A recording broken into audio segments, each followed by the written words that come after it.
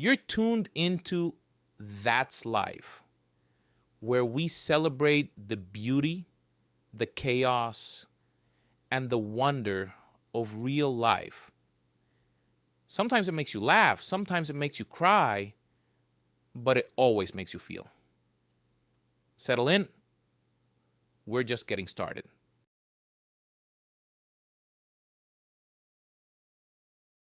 Helen stepped into the yard, and for the first moment, the spring sun blinded her, making her squint.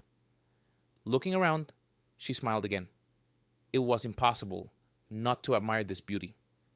The apple trees stood like brides in lush dresses of delicate pink blossoms. The emerald lawn was a delight to the eye, and above her head, a bright blue sky with curly white clouds spread out. On the sun-drenched playground, a little girl was soaring and descending on a swing. Her light hair fluttered in the wind, and her light white sundress danced in the air. This was Annie, sweet and pretty, with eyes full of childish joy. "So there you are," Helen called out to the little girl, and a smile blossomed on her face. The girl, noticing the approaching woman, laughed heartily, and the swing began to slow its flight. "What, is it time for breakfast already?" Annie asked, looking directly at Helen with impatience. Helen nodded, and her heart ached again at the thought of how different this little one's fate could have been. The 3-year-old bathed in love and care, unaware of the misfortune that had nearly overtaken her several years ago. Perhaps someday her parents would tell her this story, but now Annie simply enjoyed her happy childhood, surrounded by the love and beauty of the world. Annie's relatives were certain Helen had indeed played a huge role in saving their daughter. They called her a guardian angel, and this was no exaggeration. Helen had never considered herself a beauty, not in childhood, not in youth, and not later. She suffered from this, studying her face in the mirror for hours. An unremarkable nose, small gray eyes, thin lips, and chubby cheeks. She wasn't ugly, but it was hard to call her pretty either. Her figure was also quite ordinary. Short, with full hips and almost no waist. Nothing outstanding, nothing for the eye to catch on. Nature seemed to have been stingy with colors for Helen. Medium brown hair, pale eyelashes, pale skin. Cosmetics helped only partially, and even after long hours at the mirror, her appearance remained unremarkable. Quite unlike her friend Alice, a big-eyed beauty with a thick braid down to her waist, or her classmate Vera, slim and vibrant. Boys chased after them. They were always the center of attention. It seemed all doors were open to them. And Helen felt like an invisible person, gray and unnoticed. Helen didn't shine in her studies either. Her abilities were quite average, although higher than Alice's, who didn't need to go out of her way to be a favorite with her eyes and smile. Helen felt like a mediocrity, and it caused her pain. Her parents didn't understand her worries, considering them a whim. Her mother listed healthy, arms and legs intact, eyes see, ears hear. Look how many disabled people there are around. Don't anger God. Her father added, you can't drink water from a face. Better worry about a C in algebra. They, people of the old school, insisted that the main thing was studying, and appearance was trifles. Helen tried hard, deciding that since she wasn't beautiful, she would become an outstanding specialist. But formulas remained a mystery, dates got confused, Rules seemed like a set of meaningless words. Helen also had no talents. She didn't sing, didn't play, didn't shine in sports. She tried different clubs, searched for her calling, but never found it. In her teens, she often cried from her grayness and mediocrity. Her parents, instead of support, sometimes scolded her for despondency, considering it pride. Not everyone has to be beautiful and talented, her mother snapped. But you're healthy, strong. The country relies on people like you, not on those big eyed dragonflies. These words only intensified Helen's pain, as more than anything in the world, she dreamed of being just such a big eyed dragonfly. Boys didn't notice her, and Helen considered this natural. Why would they want her? Without Alice's striking looks or Kate's intelligence as a straight A student. It was especially painful to see Alex, whom she was in love with, gaze at others walking past her as if she were empty space. Sometimes Helen was angry at fate and her parents, dreamed of plastic surgery, but more often than not, she just sighed, looking at her beautiful classmates, and thought about the injustice of life. The only thing that brought her joy from the age of 10 or 12 was interacting with small children. These sweet, trusting little ones always cheered her up. They were easy to surprise and delight. Helen's appearance or successes didn't matter to them. Children felt her kindness and responded with happy smiles and sincere love. The mothers in the yard were glad to see her, as the little ones immediately ran to her. She knew how to organize fun games, became the center of their small universe, and the children cried when they were taken home. "You have a talent," said a young mother one day, whose capricious son transformed when he was with Helen. Not everyone knows how to find an approach to children. Helen didn't believe it. Talent? Her? Anyone can fuss with little ones. You don't need brains for that. Perhaps you could become a good teacher, the mother added thoughtfully. That's when Helen first thought about a profession. She liked talking to children, and she was good at it. At 14, realizing that studying in senior grades wasn't for her, she decided to go to college after ninth grade. Her parents supported her decision to leave school. "Right, no point in wearing out your pants," her father approved. "You'll have a profession, you won't be lost." Her mother sighed. "We're not capable of sciences. You can't jump above your head. None of us have a higher education, and it seems you won't either."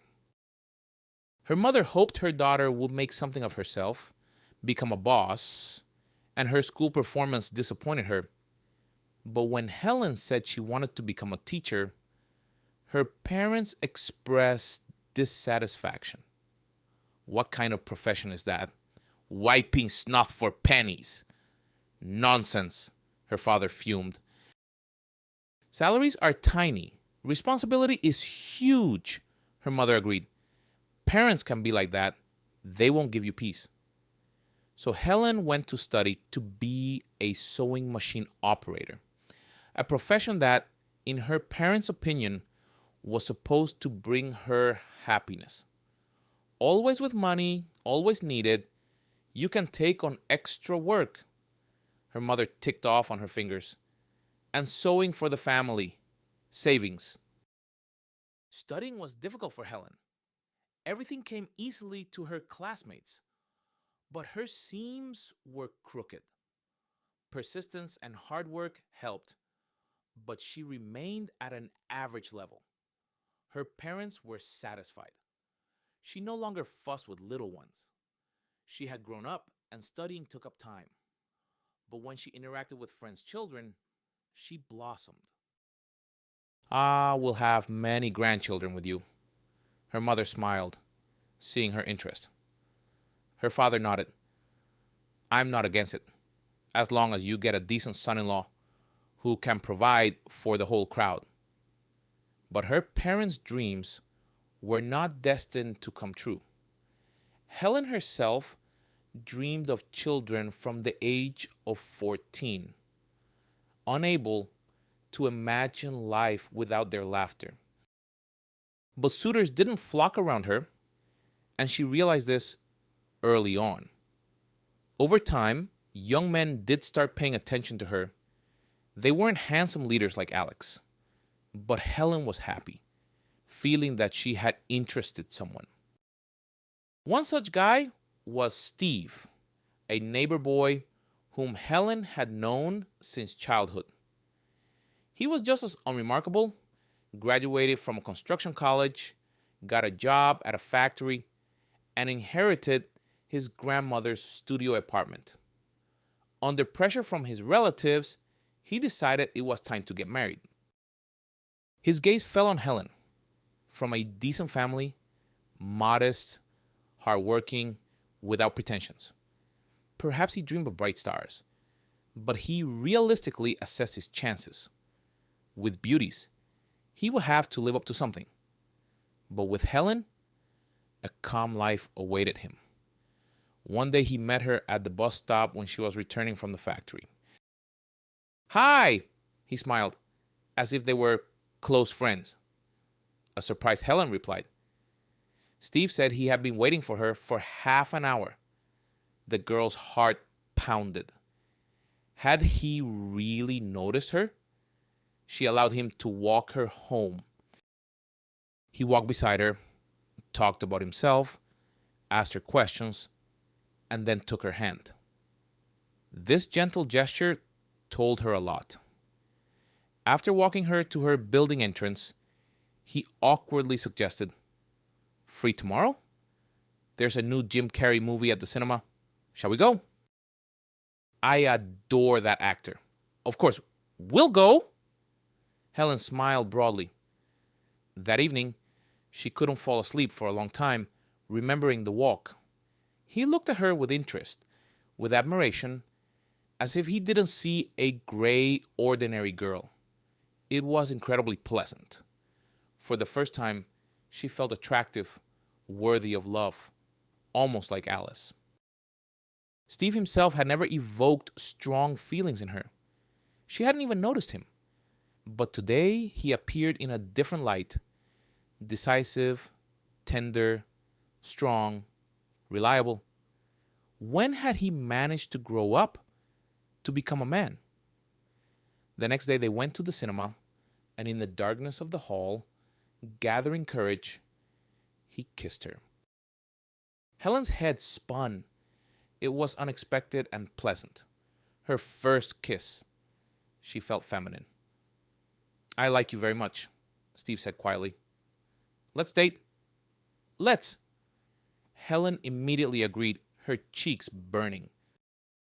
They became a couple. Helen's life changed. Dates, flowers, movies, cafes, Steve's friends' birthdays, kisses, walks under the moon. All this brought joy, filled her with energy, made her feel special.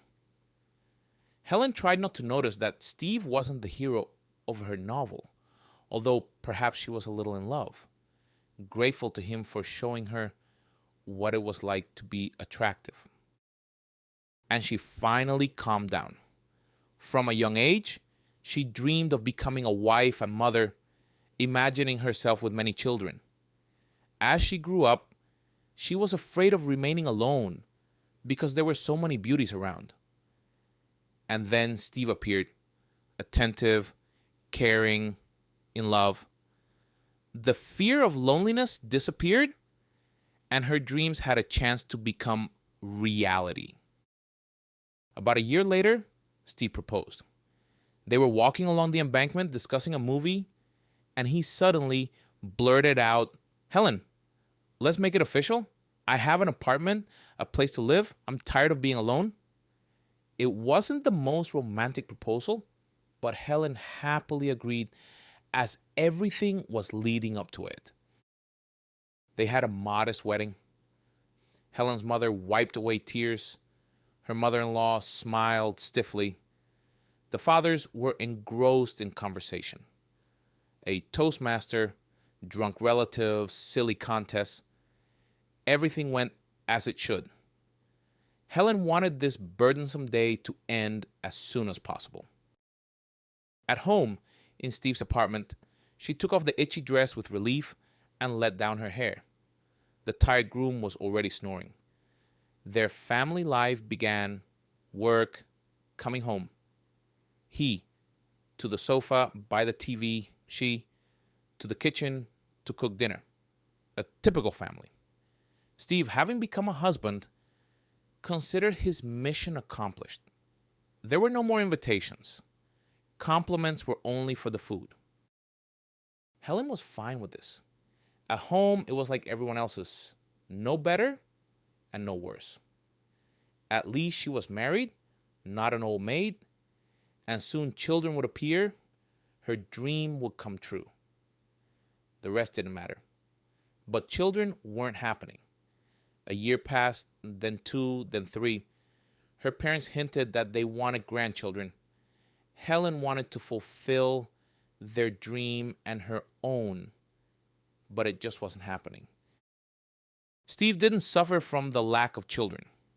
He was comfortable as he was. His wife took care of him, fed him, washed his clothes, cleaned. With children, she wouldn't have time for that. It's okay. People live without children, he reassured her. In response to these words, Helen wanted to hit him with something heavy. She had married only to become a mother. Her mother-in-law signed Helen up for an examination. Something must be wrong with you. She shook her head, and these words hurt. Helen felt like she was considered defective. Her own parents were no better. Apparently, the grandmother's genes were passed down, her mother lamented. Your father had a barren aunt. You must take after her. The examination showed that Helen was fine. Perhaps the reason is with your husband, the doctor said, or incompatibility. He needs to be examined. But Steve flatly refused. What nonsense! What do I have to do with it? He protested. There were no problems in our family line. I'm not going. Helen begged, cried. It was useless. He considered it a humiliation, and his family supported him. She probably fooled around in her youth, didn't take care of herself, and now she's blaming us, her mother-in-law said maliciously. It was so painful that Helen didn't know what to say. Relations with Steve cooled. They were almost non-existent. They lived like neighbors. So Helen was not surprised or upset when he confessed that he had someone else. Helen, you need to move out. 1 week's notice. We're getting divorced. What? She didn't understand. That's right. I have someone else. From work, she's pregnant. We're getting divorced. Well, that's news, Helen gasped. That's how it is, Steve agreed. You see, I'm normal and you were dragging me to the hospital. It's you who can't have children. Everything's fine with me. We're expecting twins. But you didn't want children? Helen clarified. Didn't want them then? Want them now? Her husband retorted. A man needs heirs. Helen returned to her aging parents. Where else could she go? The foolish marriage lasted almost 10 years. Many friends had divorced earlier, but managed to become mothers, and Helen envied them. Raising a child alone is hard, but better than being without children at all. There was still hope. She was barely 35. The age allowed her to become a mother. But she needed to act. She needed a man, a father for the child. That wasn't working out. She felt gray and invisible again. By 35, she had gained weight, her hair thinned, wrinkles appeared. She hadn't learned to dress stylishly. Nothing fit her figure. The charm of youth was gone. There were a few more romances, but none ended in anything serious. She met her 45th birthday alone. It was a Monday. Her parents were already gone. First her father from a heart attack, then her mother from heart failure 2 years later. Enduring losses alone was difficult. She had friends, but they have families, children. They couldn't devote all their time to her, and Helen didn't demand it.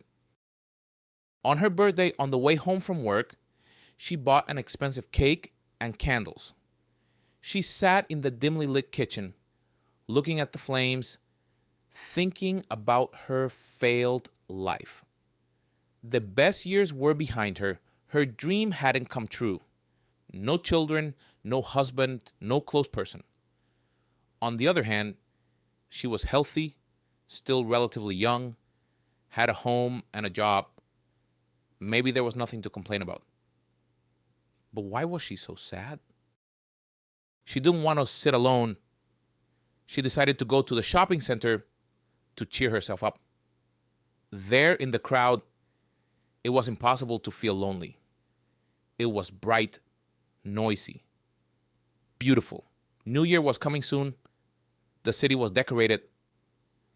She quickly got ready and called a taxi. 10 minutes later, she was downtown. Music played. People chose gifts, many with children. Helen admired the families, thinking they didn't understand their happiness. Here, a mother was scolding her son for whining. He was just tired. Here, young parents were scolding their daughter for asking to buy a doll. Oh, if she had a child, she would never scold. Everything could be explained calmly. Helen went to the clothing department, hoping to find something for the office party. But nothing fit. She got upset and left without buying anything. However, she left a considerable sum at the confectionery, unable to resist the eclairs and pastries. After all, she still had the cake at home. Yes, she had a sweet tooth. She had to get pleasure from something. A colleague noticed that Helen was eating away her stress. That was true. Her whole life was stress. She couldn't come to terms with loneliness, panicked at the thought of old age in an empty house. She sighed, pushing away the thoughts. It was late. The center was closing. Time to go home, work tomorrow. She went out onto the porch, looked around the parking lot for a taxi. She didn't want to go to the bus stop in such darkness and bad weather. The frost was getting stronger. The sky was clear. The stars shone. It would be cold tomorrow. She needed to hang a bird feeder. It's hard for those who live outside. Birds and animals are used to it, but people? There were many homeless people in the city. They were the ones who had it hard, who had reason to grieve. Not her, who had a warm home. Helen noticed a taxi and hurried towards it. And then she saw her, a thin girl in a thin jacket stretched over a huge belly. She was standing by the fire exit, trying to warm herself. She was clearly freezing in a spring jacket. She would give birth soon. What was she doing on the street in such a state? Helen became curious. She forgot about the taxi. She approached closer and gasped in horror when she saw her shoes. Dirty, worn-out sneakers. Her feet must have been numb. The girl looked lost, frightened. Desperation was in her beautiful dark eyes. What's wrong? Helen couldn't help but ask, her heart squeezing with pity. Just cold, she replied. Why don't you go inside? The center is closing. They kicked me out. The stranger lowered her eyes. I'll wait until the guard turns away, then slip back in. I'll hide and spend the night. Are you homeless? No, I have a home, but I can't go there. What happened? Helen realized she couldn't remain indifferent. She had to help this young creature. It's a long story. The girl waved her hand, keeping her eyes on the guard. He was watching the entrance carefully. Soon he will close the door, and the girl will be left on the street. She wouldn't survive a December night. Come to my place, Helen blurted out unexpectedly, startled by her own words. Invite a stranger? Who knew what she was thinking? But looking at the shivering, pregnant girl, she understood. This was the only right decision. The girl needed to get warm. The stranger looked at her with disbelief. Are you serious? Yes, of course, Helen said confidently. I'll call a taxi now. Thank you so much. The girl couldn't believe her luck. I feel awkward, but there's no other way. Thank you. Don't be shy. I live alone. Helen smiled, dialing the number. They were silent on the way. Silence hung in the car. At home, in the warm kitchen with the cake on the table, it became easier. Is it your birthday? The girl smiled. She was sweet, fragile, big-eyed, young. Helen wondered if she was even 18. How had such a defenseless creature ended up on the street? Where were her parents, husband, the baby's father? How could they have allowed this? My name is Alice, the girl introduced herself, looking around. Your place is cozy. I'm Helen. I'll make some tea now, and you can tell me everything that happened, and we'll figure out how to help together. Okay? Thank you so much. Alice was touched. Tears welled up in her eyes. Stay for now, Helen smiled. Come, I'll show you the room. She led her guest to her parents' bedroom. Almost nothing had changed here. A large bed, a bookshelf with books, a wardrobe. Alice, you should be comfortable here. What a wonderful room, the girl exclaimed happily. Helen returned to the kitchen to busy herself. 5 minutes later, Alice came in and sat down at the table. I guess it's time to tell you. You have the right to know. Without you, I don't know what would have happened. I don't think I would have survived the night. Yes, the frost is strong. Helen nodded. Tell me what happened. We'll figure something out. That's unlikely. The girl sighed sadly and began her story. Alice was born in a small town, the eldest in a large family. From a young age, she looked after her younger siblings. Her parents were simple, strict, and upheld traditions. Children must obey, have no opinions of their own. But I was always different, Alice sighed. I felt like I was in prison. I wanted bright clothes, loud music, discos. My father forbade it, said no one would marry a loose woman, as if I needed that. I wanted to study, to become a designer. Her parents had other plans. What designer? She draws well, but you won't earn money. They sent her to a culinary college to get a practical profession. Helen sighed. Alice's story echoed her own. She hadn't been allowed to become a teacher either. She had to work as a cutter. Back then, she hadn't dared to disobey her parents, thinking they knew better. Alice was the same.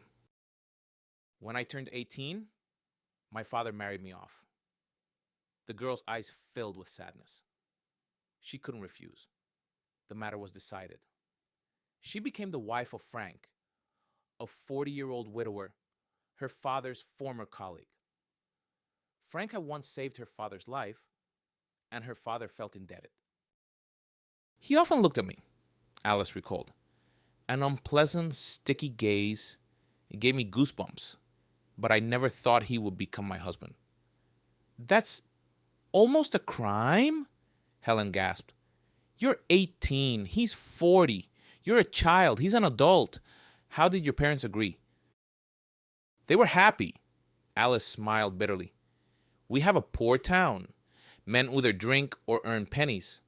But Frank is a former military man, has a house, a car, a business, an enviable groom, but he always scared me. His gaze was like a reptile's. He seemed kind, brought gifts, but I was afraid. The news of the wedding was a shock. I begged my father, my mother, but they were unyielding. I resigned myself. What else was there? And I was in love with my classmate Mark back then. And still am. It's so hard to believe. Helen shook her head. In the 21st century, parents marry off their daughter against her will. The painting, The Unequal Marriage, comes to mind. I know, the girl nodded. That's how it is with us, Alice continued. Where could I go?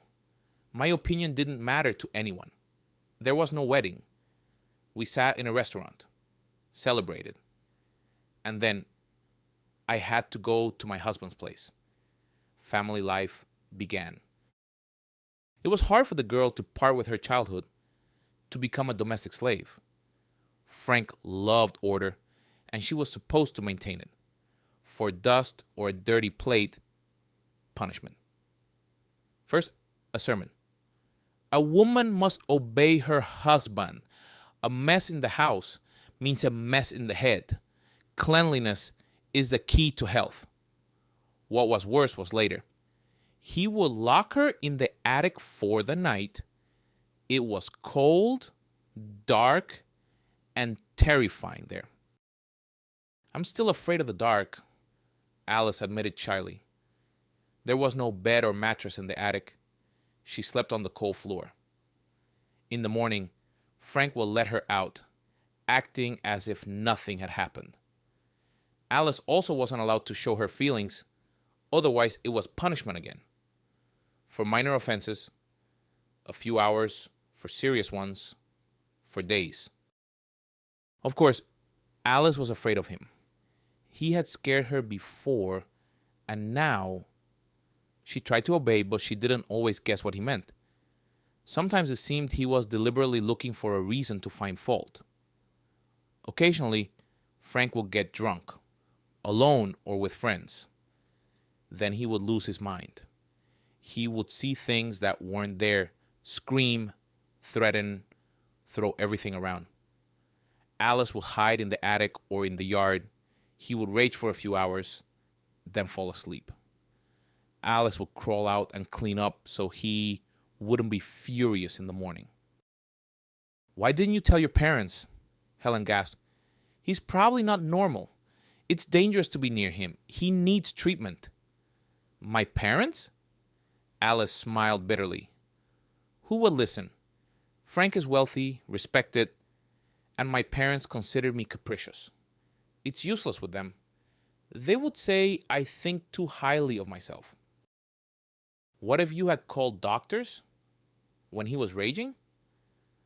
The doctors would take him away until morning, and then he would come back angry because I turned him in. What would he do then? I still don't know what happened to his wife. Nobody knows. You said he was a widower? Yes, his first wife, Laura, was also about 15 years younger. Not from our town. He brought her from somewhere. No friends, no relatives. Quiet, silent, detached. Now I understand why. I didn't know her well. I saw her at the store on the street. She didn't interest me. I was a child then. Kind of strange. Well, whatever. One day, returning from school, Alice saw a crowd near Frank's house. She turned onto the next street, wanting to know what was happening. It turned out to be a funeral. She saw her father and mother. She ran up and asked, "What happened?" Frank's wife died. Her mother replied sadly, "How? Why? What happened?" It didn't make sense. She had seen her recently, pale, anxious, but young, healthy. "It's none of your business," her father said, nudging her. "Go home. Don't stick your nose where it doesn't belong. At night, Alice overheard her parents talking in the kitchen. Still don't understand? Her mother's voice was anxious. How could she fall from the second floor? You'd have to try. The railing is high. Frank explained she got drunk. Drunk people do anything. Laura didn't seem like an alcoholic. Seems like it doesn't seem like it. Are you a specialist? Her father was irritated. The police investigated it was an accident. But I don't think so. Either Frank pushed her or she did it herself because of that life. Neighbors heard arguing, shouting before. When you think something, make the sign of the cross, her father almost shouted. Don't talk nonsense. Housewives are clucking, and you've picked it up. Specialists conducted the investigation. It was an accident. Period. Rumors circulated in the town for a long time. Many didn't believe it was an accident. But time passed. The story lost its edge. Alice was even more afraid of her father's friend after that. The news of the wedding was a shock, but she understood. There was nowhere to go. You couldn't go against your parents. How could that be? Helen threw up her hands. I don't understand your parents. If they knew what kind of person he was, if they entertained the thought that he did something to his wife, how could they think of giving you to him? I told you. An enviable groom, Alice said. Becoming related to him is a golden ticket. All doors are open to my family. And my parents have other daughters and a son. There was so much bitterness in these words that Helen hugged the fragile girl. Alice relaxed, leaned into the embrace as if she had been waiting for it. Then she pulled away and continued. 6 months after the wedding, I realized I was expecting a child. I was scared. I didn't want it. Frank dreamed of an heir, but I didn't want a child from that man because another prisoner would appear in our house prison. I'm an adult, fine. But a defenseless baby in the hands of a monster. Imagine what he could do. Alice hid her pregnancy, but the perceptive Frank noticed. I guessed? He was happy, Alice sighed. He took her to a jeweler, allowed her to choose anything. He had never been stingy before, but now he showered her with gifts, force-fed her fruits. He personally drove her to an expensive medical center where she registered. The gifts and care didn't make her happy. On the contrary, it was scary, disgusting. Frank hugged her in public, said he was happy, confessed his love, but Alice remembered the attic, the humiliations. He didn't raise a hand, although she thought he wanted to. She saw it in the glint in his eyes, but he restrained himself. Alice knew that someday he would break. She was sure. And who knew? Maybe the fate of his first wife awaited her. Everyone would say she fell down the stairs. Time passed, her belly grew. She knew it would be a girl. Frank hoped for a son, was disappointed. Alice was happy. What if a son looked like his father? How could she love him? But a girl would most likely look like her. Frank restrained himself, scolded, insulted, but didn't lock her in the attic. He said that after she gave birth, she would get what was coming to her. For now, she needed to be taken care of. These words scared her. I guess I resigned myself to life, the girl admitted. I adapted. I understood that if you play by the rules, you can live. Many husbands beat their wives here is almost normal, but Frank never hit me once. And I had everything I wanted if I just asked. But in such conditions, she didn't want anything. Alice resigned herself to fate, prepared to become a mother, tried to be a good wife. It seemed her whole life was predetermined. But one day, she accidentally overheard her husband's conversation with his mistress. The fact that Frank had affairs was not news. He didn't hide it, came home drunk in the morning, smelling of women's perfume, and collapsed into bed. It never occurred to Alice to make remarks. All the better. Less attention on her. What jealousy could there be? It happened at night. Alice's stomach ached. She couldn't sleep. She stroked her belly. Frank was in his study, working. Alice never delved into his affairs. Suddenly the phone rang. 2 a.m. People don't just call for no reason. Her husband's voice sounded soft, tender. She had never heard him like that. He called his interlocutor, "My beloved, my beauty, Ellen." It was so unusual that Alice forgot about the pain. Imagine Frank could be like that. "I missed you very much," Frank confessed. The interlocutor, "Of course I miss you too, but I have a lot of work, and I need to keep an eye on my wife. She's stupid, naive, carrying my child. She might harm it. Yes, it's unfair, but that's how it turned out." Alice was angered that he spoke of her like that. The man continued, "As soon as she gives birth, we'll be together. We'll take the child from her. She can go. Yes, I promise." Fear overwhelmed Alice. Was he planning something terrible? She only heard his replies, but much was clear.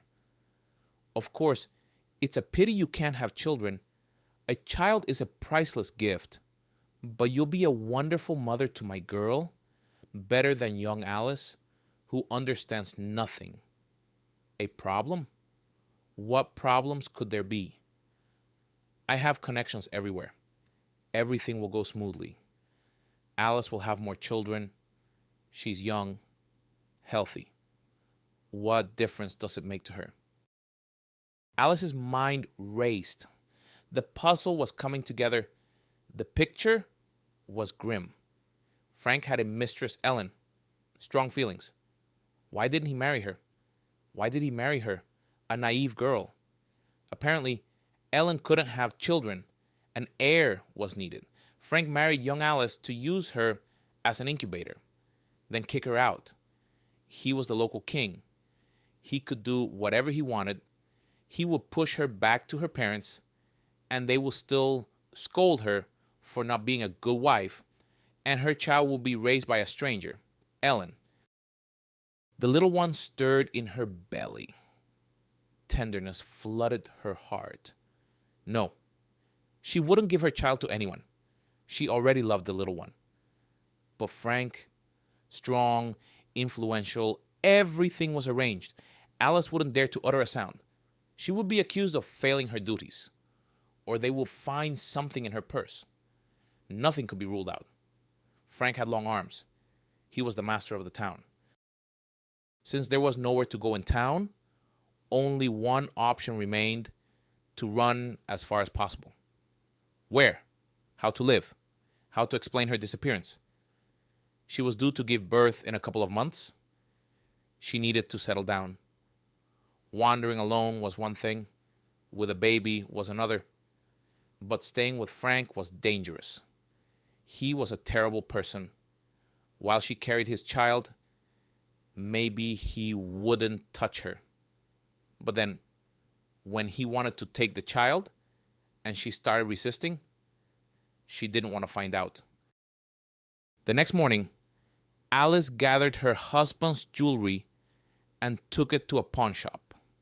The money would be enough for a few months in a strange city, but then she would need income. With a baby in her arms, she probably couldn't. She decided to deal with problems as they arose. As long as she had money, she would see what happened next. She packed her things in a bag, added a few items for her daughter. She didn't want anything of the baby's to remain in that house. She dressed inappropriately for the weather. she left her winter clothes. Otherwise, Frank would notice their absence and start asking questions. This way, she had time, maybe crucial hours. She put on an autumn jacket and sneakers. It was fine. She wouldn't freeze in a taxi. Frank left on business. Alice took advantage of his absence, called a taxi, and went to the bus station. She got on the first bus she saw, which brought her to Helen City. Fate. At the station, I realized I'd been robbed, Alice continued, when I was getting on the bus. There, at the entrance, there was a crowd, a crush. Someone took my wallet. She was left with nothing. No money, no support, in a light jacket and sneakers in freezing December. A desperate situation. I went to the nearest shopping center, Alice said. It was warm there. I had some change in my pocket, enough for lunch. I didn't know what to do next. I knew one thing. I couldn't go home. Frank had already noticed my absence. He was furious. I didn't even want to think about what he might do. So you just arrived today? Helen clarified. Yes, this afternoon. I was incredibly lucky that you took me in. Let's use you informally, Helen smiled. I'm more used to it. Okay, Alice agreed shyly. He'll look for you, but I don't think he'll immediately realize I'm not in town. He'll start questioning relatives, friends. By the time he figures it out, I'll be somewhere he won't find any trace. Although I don't know how. Listen, what if he goes to the police? You'll be declared wanted. They'll find you quickly. He won't. I left a note asking him not to look. And for my parents. I explained that I left on my own, but he will look. He doesn't need me, but the child. Alice gently stroked her belly. Helen, despite the tension, smiled. This girl will be a good mother, but what to do with Alice? How to help? Here's what, Helen said. Stay with me for now. If anyone asks, I'll say you're a distant relative from the village. It's unlikely anyone will be curious. We don't socialize with neighbors. Live here, don't worry about anything. Until summer at least, we'll see then. Maybe something will become clear. Really? Alice's face lit up with a smile. She became even more charming. Her eyes shone. Dimples appeared.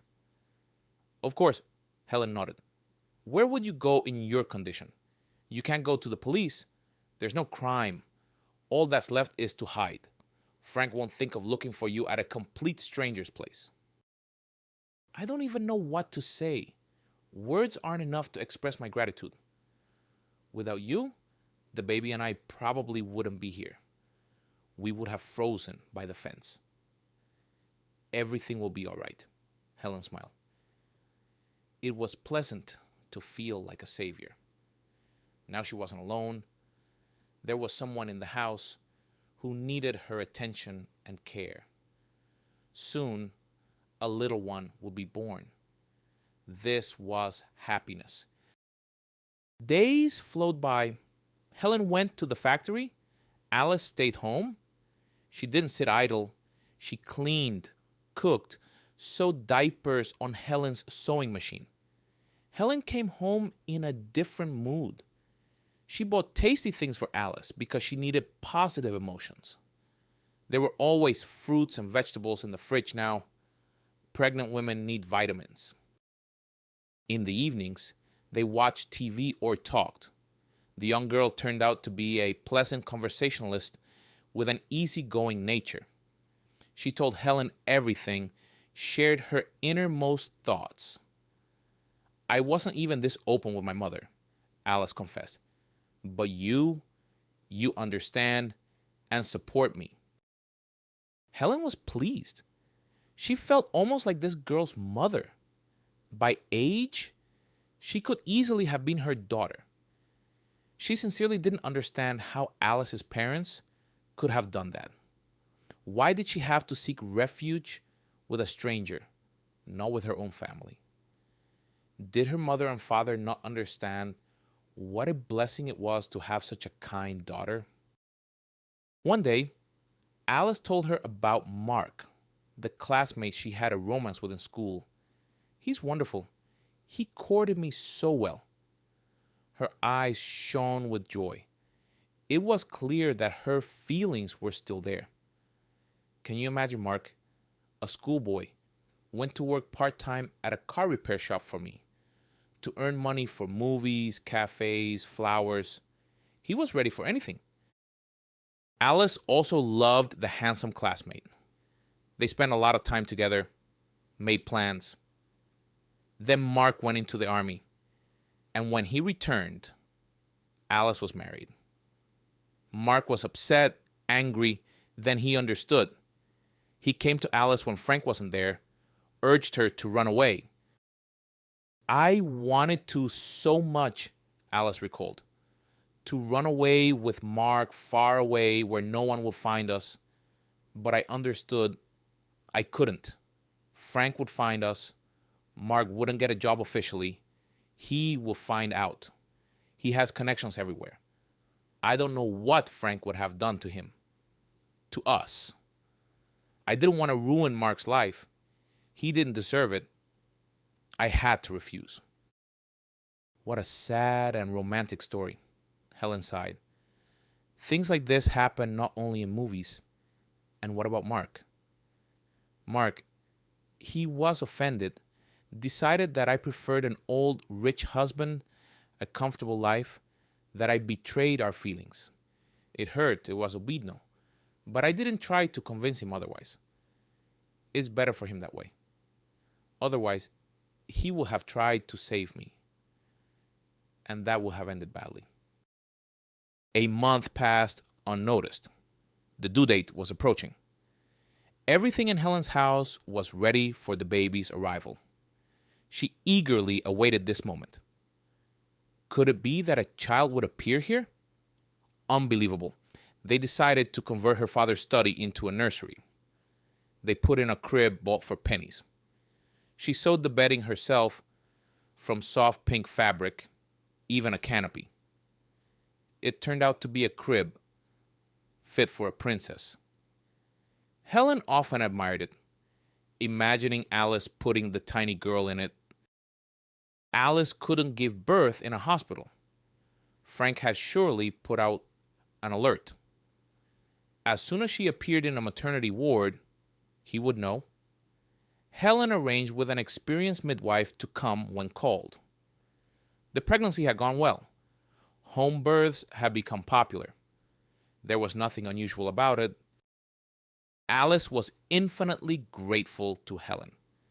She assured her that as soon as she could, she would definitely repay her. Helen just smiled. Alice didn't realize she was already doing a lot, trusting her, brightening her loneliness. Next to Alice, Helen felt needed, useful, strong. One day, Helen returned from work early. The factory had a power outage. On the way, she stopped at a store, bought groceries, Alice's favorite fruit curd. Let her be happy. She opened the door with her key, entered quietly. What if Alice was sleeping? It had been happening often lately. Her body was gathering strength before labor. Silence hung in the house. Then Alice's voice came from behind the closed bedroom door. She was talking on the phone, harshly, firmly, authoritatively. She had never spoken so sharply. Helen froze, listening. You want to get the child? Get the money ready. Alice instructed. What you paid isn't enough? If the required amount isn't here in 3 days, I'll fall from a windowsill, somewhere on a railing, and that's it. You won't prove anything. I accidentally slipped. My belly pulled me over. Helen shrank back by the door. What was happening? Was this really the sweet, quiet Alice? Who was she demanding money from? From Frank? But it was his child. And according to Alice, Frank was omnipotent. Calling him was dangerous. He would trace her. Alice was afraid of her husband. She would hardly dare to talk to him like that. Then what? Think faster, Alice continued. If you throw me another pittance, hoping to stall until the birth, I'll give birth. What else can I do? But I'll leave the baby at an orphanage. You won't even know what city it's in. Can you imagine how many abandoned babies there are every day? You'll wear yourselves out looking. Time is short. Healthy newborns are adopted quickly. The image of the new Alice didn't fit at all with the modest girl Helen had sheltered. This Alice was tough, brazen. She masterfully manipulated the interlocutor, dictated terms, threatened. Alice hung up, dialed someone else. This time her voice sounded friendly, gentle.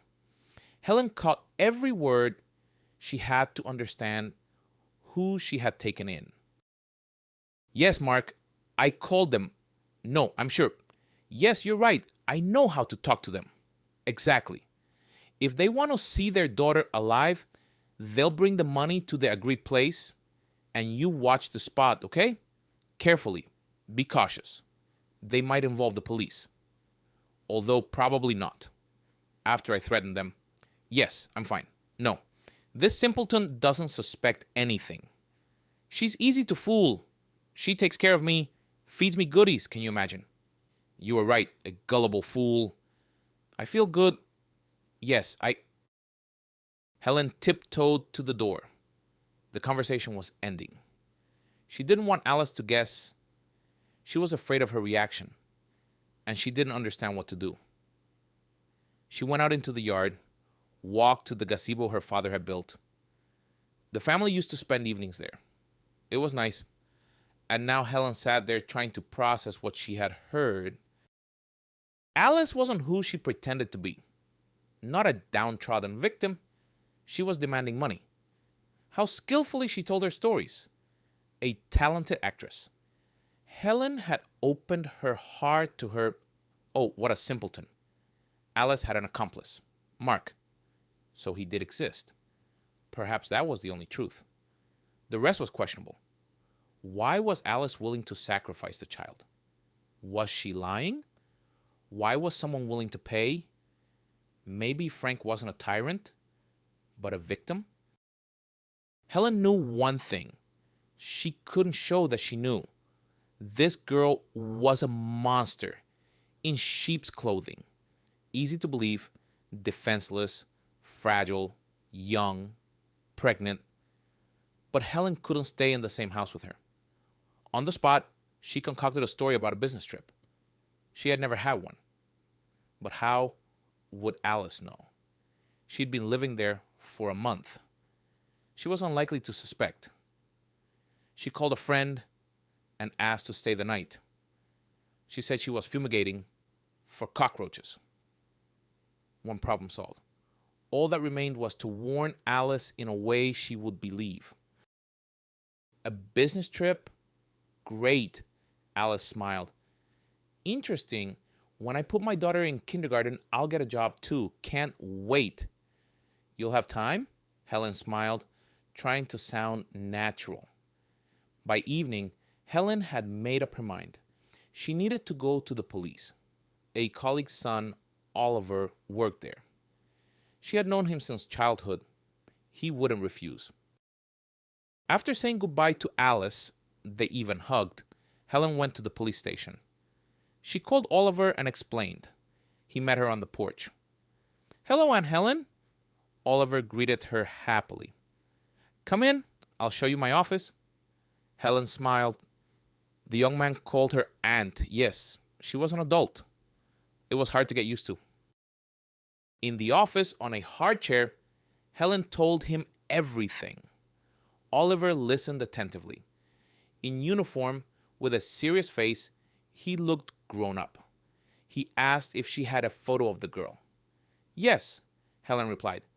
We took pictures on New Year's.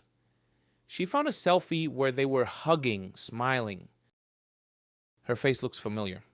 Oliver said thoughtfully. I'll transfer it to the computer, run it through the database. I'll contact you, okay? Okay, thank you. You're welcome. Oliver shrugged. With a sense of duty done, Helen went to her friend's place. She had done everything she could. 2 days of a business trip, maybe something would be clarified. It was clarified sooner. Oliver called the next day after lunch. Well, Aunt Helen, we got that girl of yours.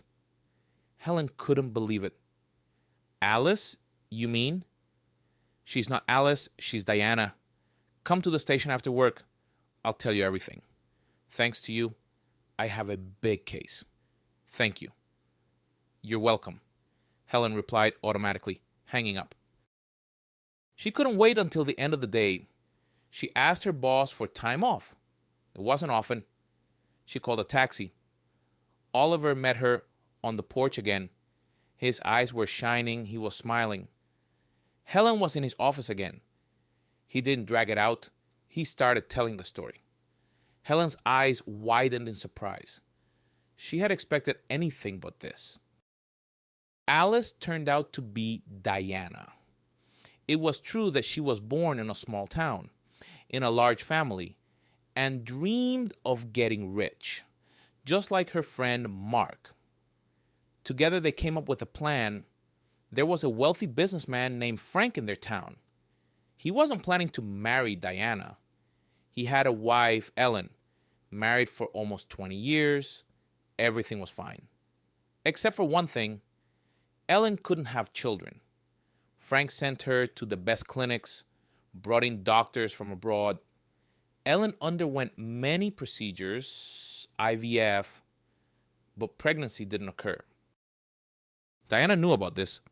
She worked part-time as an orderly at a reproductive center. She saw Ellen and Frank, knew their situation. She approached the distraught Ellen and offered her services. I can carry a child for you, she said. I heard about your situation. I feel for you. I need money. Think about it. I'm young, healthy, strong. I'll carry a wonderful baby. Your dream will come true. Ellen looked at her skeptically, but took her number. She called back. The unhappy woman was ready for anything. She understood that she couldn't carry a child herself. What was wrong if a stranger did it? What difference did it make how the child appeared? The main thing was that there would be one. Frank supported her. Diana was implanted with an embryo.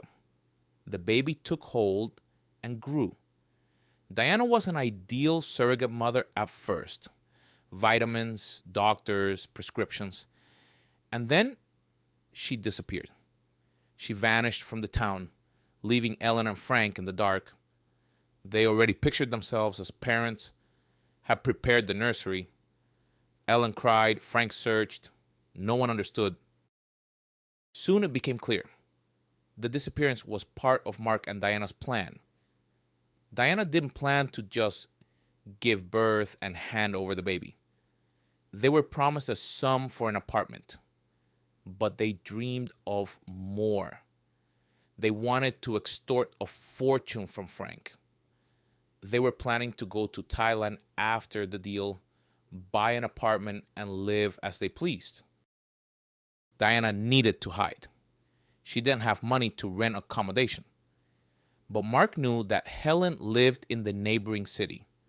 Lonely, trusting, easy to fool. He happened to find out from an acquaintance. They could stay with her. They wouldn't look there. Everything went smoothly. Diana pretended to be a helpless victim in the parking lot. Helen fell for it, invited her home. But wait, Helen interrupted. Explain, how did Mark find out about me? An acquaintance of his works at your factory? Oliver explained.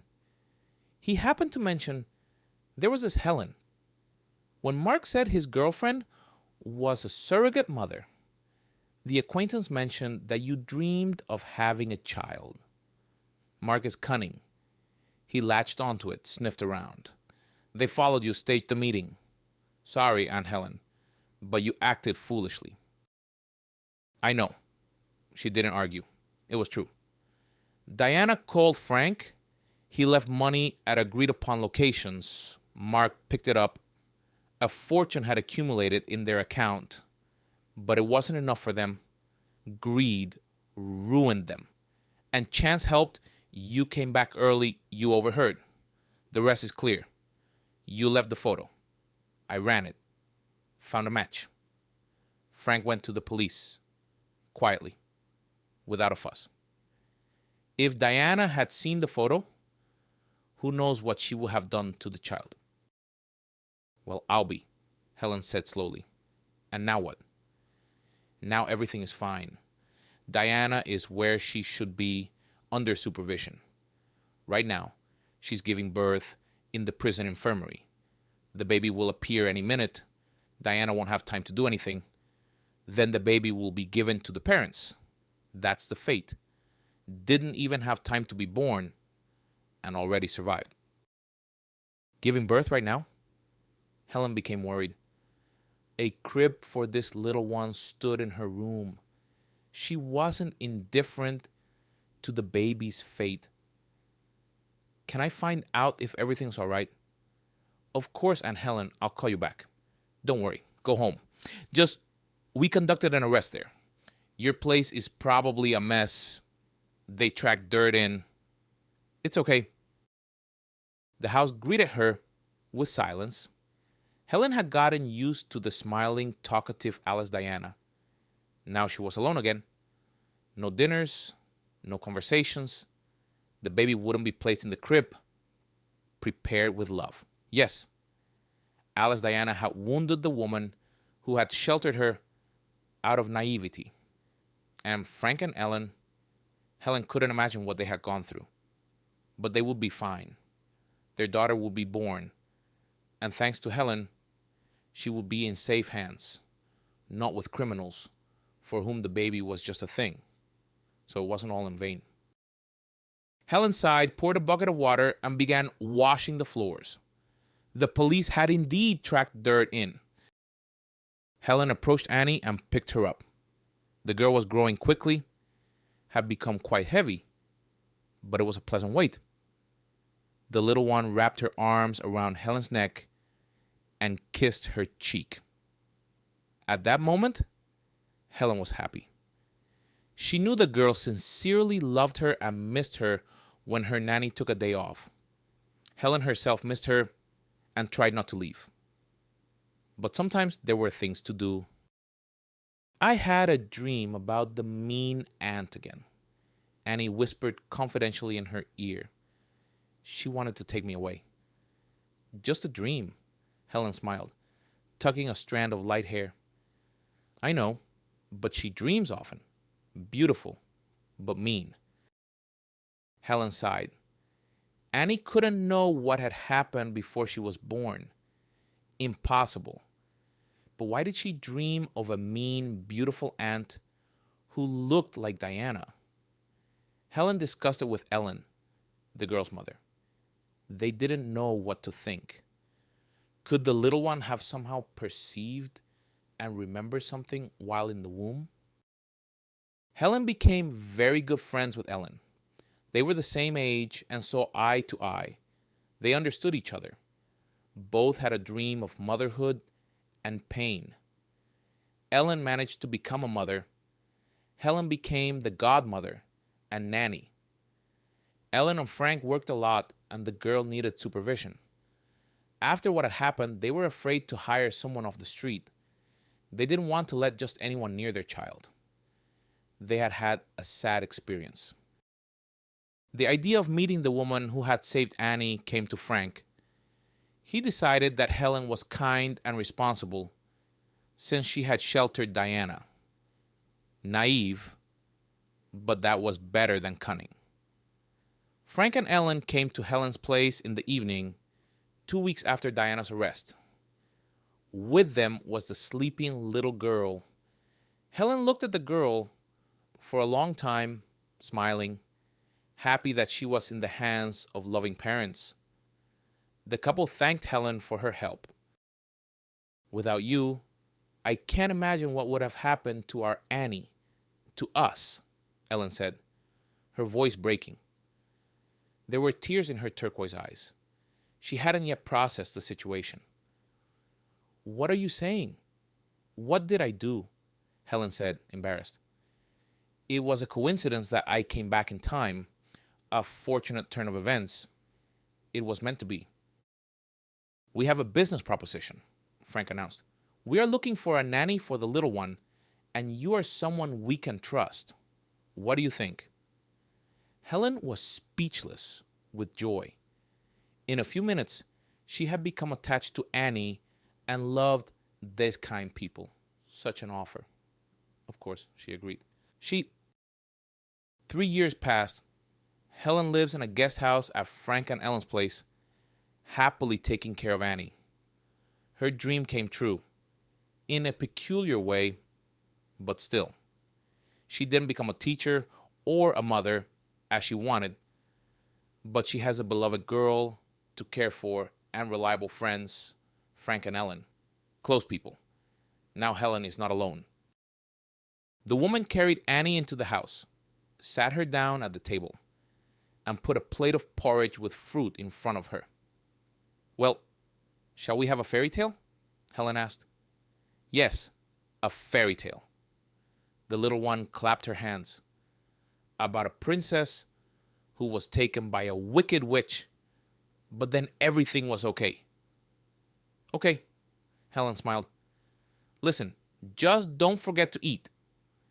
Annie nodded, picked up her spoon. Helen smiled again. She was truly happy.